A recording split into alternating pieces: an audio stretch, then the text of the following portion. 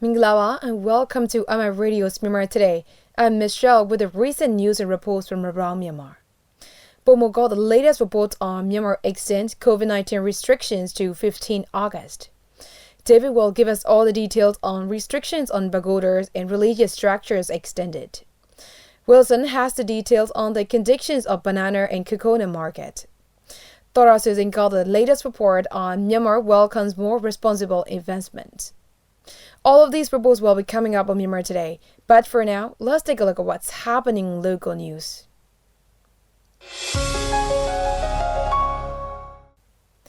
The Myanmar government revealed its intention to proceed with two new nationally significant infrastructure projects. Those being the establishment of a new special economic zone located in Myanmar's southeast, and the launch of a new industrial park located in Yangon's west as part of the new Yangon City Development Project during the virtual Myanmar-Japan Investment Dialogue held on 29 July 2020. The twin announcements comes 1 week after a notice to proceed with the preliminary work on a $1.5 to $2 billion 1,250 megawatt liquefied natural gas power plant was granted to three Japanese corporations together with a local conglomerate adding group. While delivering the opening remarks, the state councillor noted that, quote, "Quality job creation remains at the heart of our Myanmar Sustainable Development Plan, and that meaningful growth and quality job creation will not be achieved without continued quality investment. Quality investment that creates quality jobs, jobs that pay well, jobs that offer security," end quote.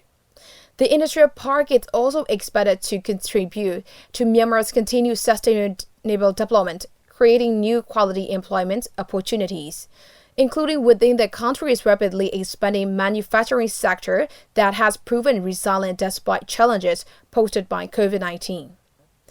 Held as part of ongoing investment promoting efforts led by the Ministry of Investment and Foreign Economic Relations, the Myanmar-Japan Investment Dialogue on Economic Recovery after COVID-19, a new investment opportunity was organized in partnership with the Japan External Trade Organization and the Embassy of Japan in Myanmar, with participation from over 1,000 individuals and firms. Representatives from the government and ethnic armed organizations, signatories of the National White Ceasefire Agreement, held a negotiation meeting at the National Reconciliation and Peace Center in Naypyidaw on Saturday. NRPC Vice Chairman and Union Attorney General U Tuntun U made opening remark at the meeting, saying the UPGJC and GMC meeting plays crucial role in peace-making process. He added the government and NCA as EAOs have made agreements in 6 meetings for implementing JICM agreements, and both sides will discuss holding parallel meeting of the state-level Joint Ceasefire Monitoring Committee in accordance with the Decision Number 1 of 8 JICM. After the meeting, Director General Uzote said, quote, "The meeting emphasized holding formal meetings and bilateral meetings in parallel, which was agreed in 8 JICM, especially JMCU, UPDJC, and JMCS. Both the government and Tamro have agreed on the bilateral concept, and KNU has not decided to follow it, and that more discussion will be made on 2nd August.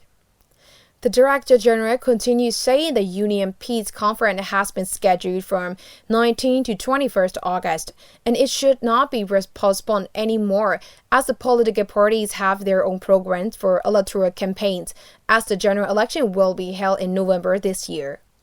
He finally confirmed the good health conditions of the state councillor, denying the false news on social media about her health. A total of 172 Myanmar nationals fly back home from Japan on Saturday. All Nippon Airways relief flights carrying the Myanmar citizens from Narita International Airport in Japan landed at the Yangon International Airport at 5 p.m. The Ministry of Labor, Immigration and Population, the Ministry of Health and Sport, and the Yangon Region government provided the returnees with their proper medical checks and arranged 21-day quarantine for them. The Ministry of Foreign Affairs has been working with Myanmar embassies in foreign countries and local ministry concerned to bring back the citizens stranded abroad due to the suspensions of international commercial flights, in accordance with the guidance of the National Level Central Committee on Prevention, Control and Treatment of COVID-19. A total of 546 Myanmar citizens from Japan have been brought back home to date. Yangon water bus started running between Landit and Zubajang 1 at 6 a.m. on Saturday to ensure smooth public transport without traffic congestions in Yangon region. The passengers wearing masks can board the vessels, and they need to have their temperature checked at the entrance to the ponton. YWP suspended for 8 months during the coronavirus pandemic allowed the passengers to drive the free of charge on Saturday on commemorations of the first day of resuming its YWP operation. The vessel can accommodate 80 passengers. The reopened Yangon water bus have installed payment machines. The passengers can pay the fares through KBZ Pay and CB Wave Money account. The YWP fare is 300 kyats per person.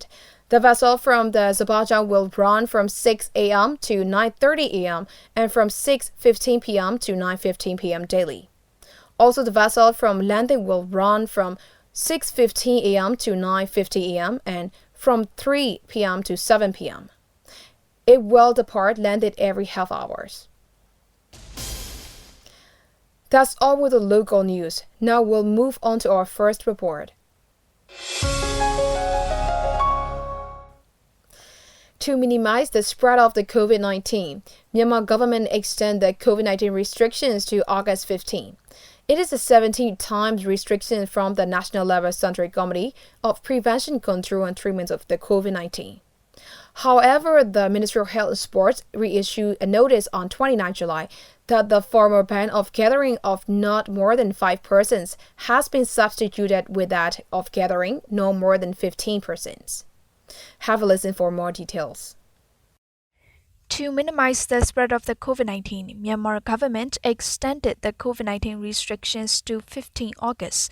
It is the 7th time extension of restricted period from the National Level Central Committee of Prevention, Control and Treatment of the COVID-19. However, the Ministry of Health and Sports reissued a notice on 29 July that the former ban on gathering of not more than 5 persons has been substituted with that of gathering not more than 15 persons. Utanaiu, regional Lotto representative from Benan Township, spoke to MI Radio about the restrictions. He said,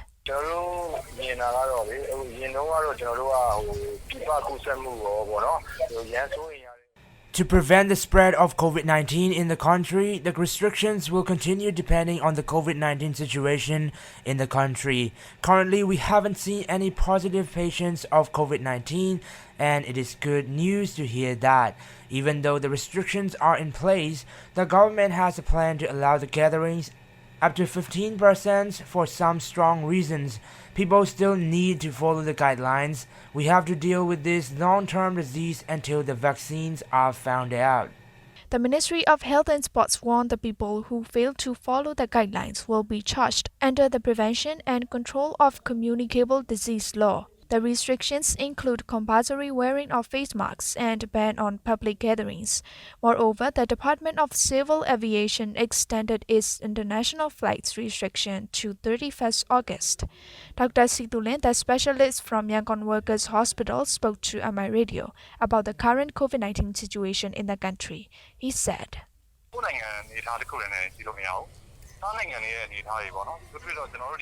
In the current situation, we can't say the COVID-19 situation taking place in our country is good. We have to compare the situation to the other countries, like our neighboring countries. Even though we have relaxed some restrictions, the other countries have faced the rise of the infected cases, so we still restricted the international flights. These days, the cases haven't been found out and a lot of people have recovered. Following the guidelines from Ministry of Health and Sports will be the best for all of us. The government has organized the relief flights and the special flights for its citizens, with the instructions for the National Level Central Committee of Prevention, Control and Treatment of COVID-19, the Ministry of Foreign Affairs cooperating with the relevant ministries from the respective countries, have brought back a total of 9,825 citizens. Ma Yi, the resident from Tinganchon Township, spoke to MI Radio. She said,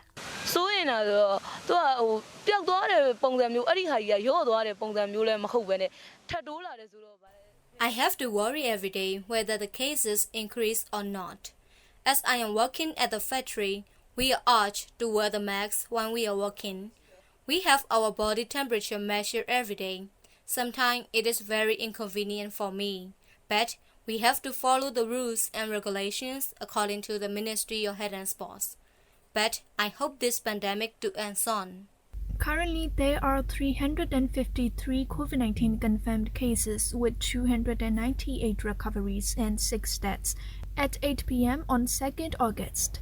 Around the world, more than 18 million people are afflicting from the COVID-19 and more than 11 million people are recovered from the disease. That's a report on Myanmar extends COVID-19 restrictions to 15 August.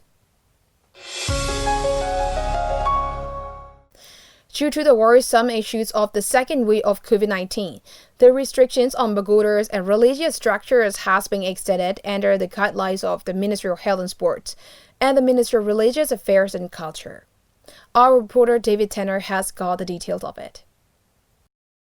As unfortunate events of COVID-19 are occurring as pandemic all over the world, pagodas and other religious sites in Myanmar have been temporarily closed starting from 9th of April until the present time.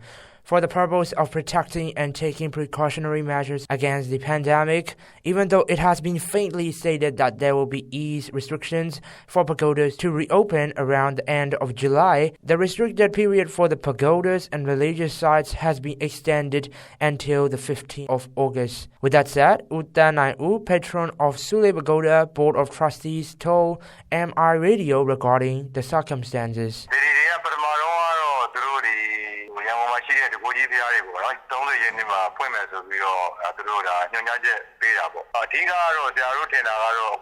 We have been following the guidelines of Ministry of Religious Affairs and Culture as well as health regulations from Ministry of Health and Sports. Even though there has been some news that most of the pagodas in Yangon will be reopening again at the end of July, in my perspective, as there has been this worrisome situation of the COVID-19 second wave around the world, the idea has been reconsidered again and the restrictions have been extended. To summarize, I think the extension is to make sure the likelihood of the crowding not to form and become a risk factor for the next wave of COVID-19, in my opinion.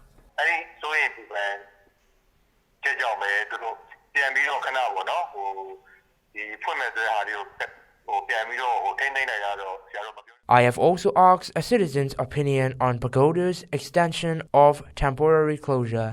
My name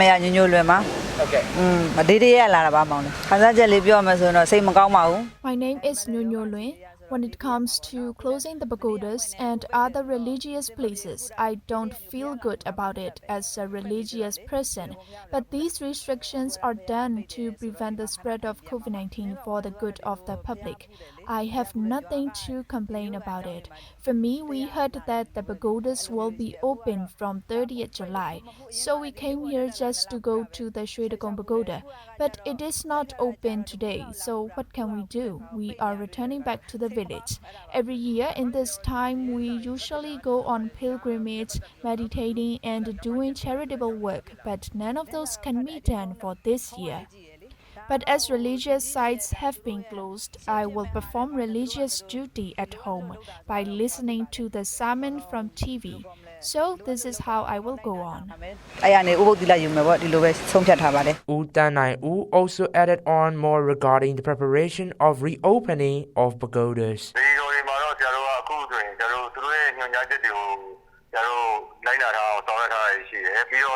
For the inner part of Suli Pagoda, and I guess for some other pagodas as well, it has already been facilitated and equipped with tools such as temperature scanners, caution signboard regarding COVID-19, as well as the guidelines from Ministry of Health and Sports. We have also fully educated the pagoda's volunteers and workers to follow the guidelines. So we will also have to limit the visitors to about 200 visitors at the pagoda. Visitors may have to wait before going inside the pagoda until the limit has reached. We are really cautious about the second wave of infection and are really aware of that. Health guidelines and protections are priority for now. U Tuntun U, chairman of Yangon Region Social Welfare Organization YRO, has also stated his perspective on the situation of current extension of restrictions for reopening of pagodas.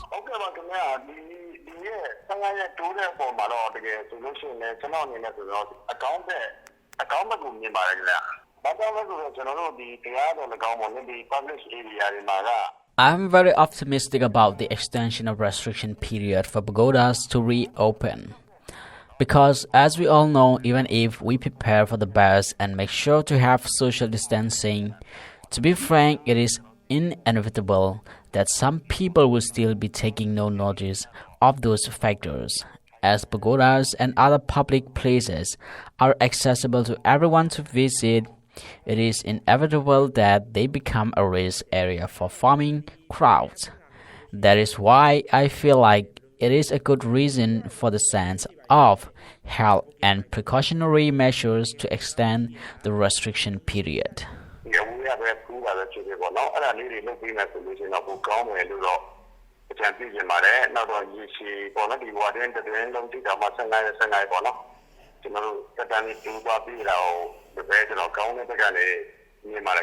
Reporter David Tanner reporting from Myanmar International Radio. That's a report on restrictions on pagodas and religious structures extended. Stay with us as we bring you more reports on Myanmar Today. As the banana and coconut plays an essential role in the religious ceremonies of many religious people, and it is about to celebrate Full Moon Day of Wazo, these two products have once again come back to demand of the people, although the banana market is still struggling. Wilson has the full report. Banana and coconut market, which has seen the decline of demand since the outbreak of COVID-19 in Myanmar, has once again come back to its full operation as the demand has soared since the beginning of July, according to the report by the people from this sector. These banana and coconuts are some of the most essential elements used in religious ceremonies of the people from Buddhism to Hinduism. And the demand of these two products is directly linked to the religious activity of the people. But the need of banana and coconut in religious activity is not the only factor. In the process of making food products, these banana and coconuts are also the most demanded items in the market as well. These banana and coconuts are mostly transported from coastal areas of Myanmar to Yangon, and it is transported back to Upper Myanmar from Yangon. But on the other hand, banana market is not doing well since the outbreak of COVID-19. Dr. Mama is a resident from Mobi Township who has been distributing banana for years, buying at Tiri Mingla market and reselling at her local market. And she spoke to MI Radio and said, I have to go to this market around 10 times in a month. But now I don't come here that many times anymore due to less demand in the market. I usually sold a banana worth around 200,000 jets in a day in the previous time, but now that is not possible anymore, and we barely sell banana worth around from 30,000 jets to 20,000 jets. So as the business is not good, it is not a good sign for both the consumers and the distributors. This is the reason why I don't load the vehicles full anymore, as I can barely sell the products, and it is affecting the people like us too much. Kuyekji is one of banana shop owners at the Mingla market, and he also spoke to my radio on how his business has been doing, especially banana in the market, and he said, The business is good just before Wazo, but after it, the business is not good anymore. But as a businessman, sometimes we get worried that what might happen to the business in the future. So far, it is not doing that bad. When it comes to the loss, as our economy has been hit by COVID-19, there is loss for sure, which is like a part of doing business. Here in this market, a bunch of banana can be sold from 300 jets to 1000 jets depending on the quality of the product. Yaori and Sagaing regions are some of the areas where most of banana comes from, including other places such as Chaose, Malamiang, and other places. But some of the business persons from these sectors also report that the loss of banana is not that huge, even though the market is definitely affected by the impact of COVID-19, and it is not bad as it was initially feared to be. Owen Naiso, who is running coconut business at Turimingla Market, also spoke to MI Radio and said,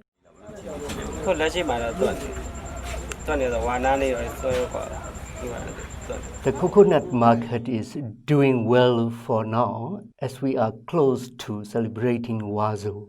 This coconut has been on high demand since the beginning of July, despite the bad sale in the last month due to the outbreak of the virus. Another reason this market was not doing well in the last month was that there was less products coming to the market as well. For now, the main reason for increasing high demand is directly linked to full moon day of Wazo. This is Williamson for MI Radio. That's a report on conditions of banana and coconut market. Directorate of Investments and Company Administrations and Myanmar Investment Commission welcomes more foreign investment to remedy the impacts caused by the COVID-19. But at the same time, they also encourage the investor to have more responsibility for the investment in order to benefit not only the country, but also the people and the environment. Despite the outbreak of COVID-19, which poses socio-economic impacts, the approved amount of foreign direct investment in Myanmar reached over $4.3 billion until the month of June, according to the data released by the Directorate of Investment and Company Administration, (DICAR). To remedy the impacts of COVID-19, the government is striving in various aspects, including receiving more foreign investments. However, when given accreditation, DICAR and MIC, Myanmar Investment Commission, prioritize that any investment coming in are responsible. Professor Dr. Aungtun, the member of Myanmar Investment Commission MIC, spoke to MI Radio through an online interview. Because it also creates a lot of unemployment. And therefore, MIC is very keen to accept more investment, because this is the only way to create jobs, but decent jobs too.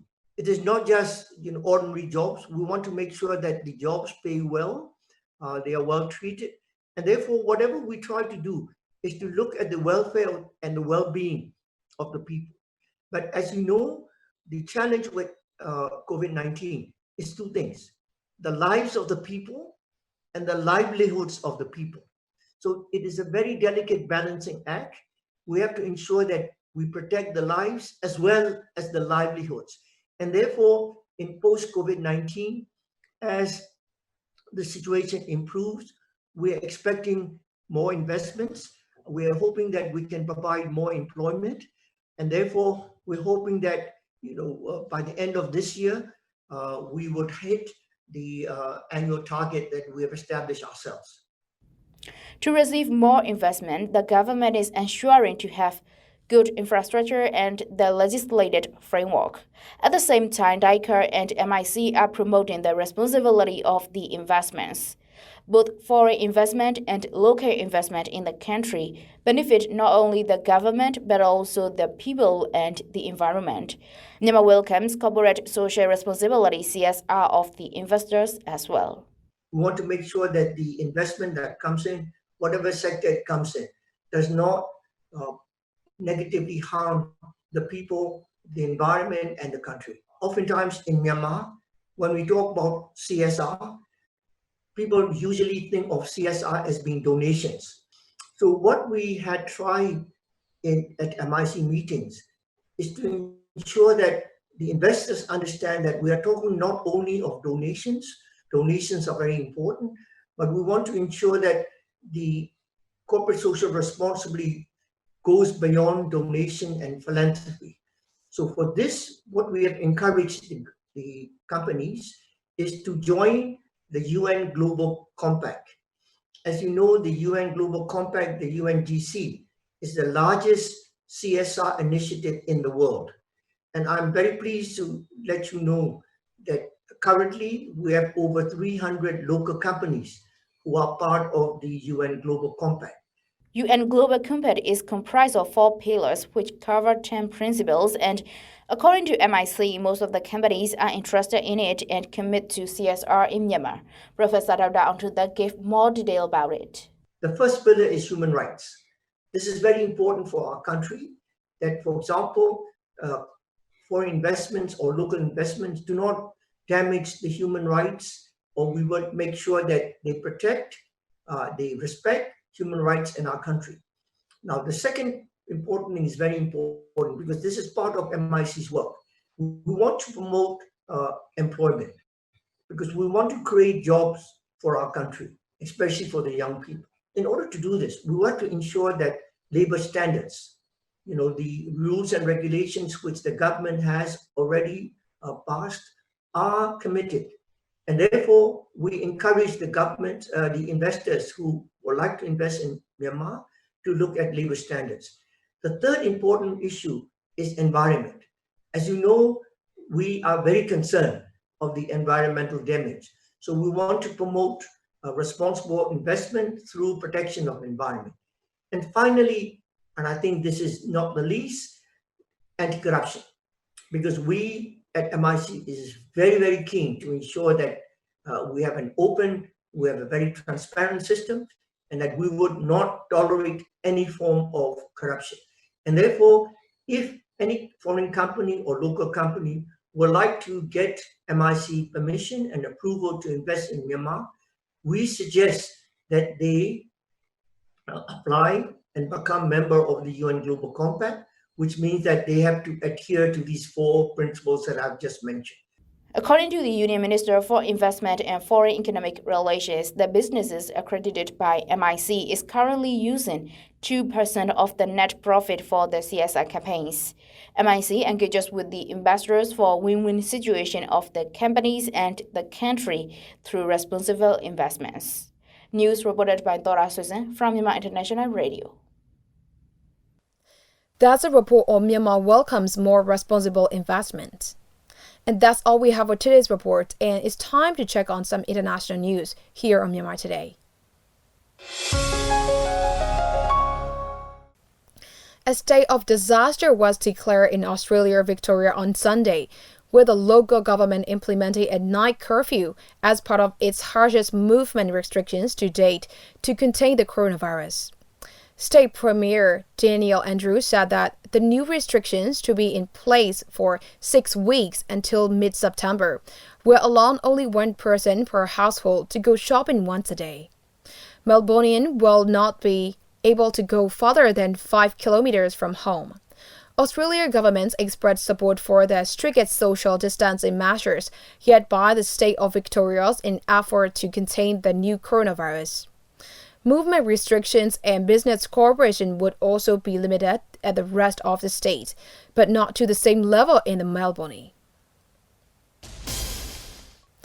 Chief Executive of Hong Kong Special Administrative Region Carrie Lam defended her decision to postpone the city's Legislative Council election on Saturday, saying that the decision was based on the objective developments of the epidemic without political consideration. The government must also consider the rights of the voters stranded overseas, she added in an interview with the broadcaster TVB.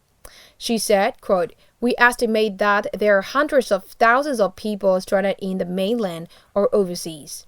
If we continue the election under the severe pandemic, the people are worried about the risk of the infection. More than 7 million people in Hong Kong may be harmed." End quote. The chief executive added that opinion polls show that more than half of the public supported the postponement and believed that the foundations of the public opinions on the decisions were solid.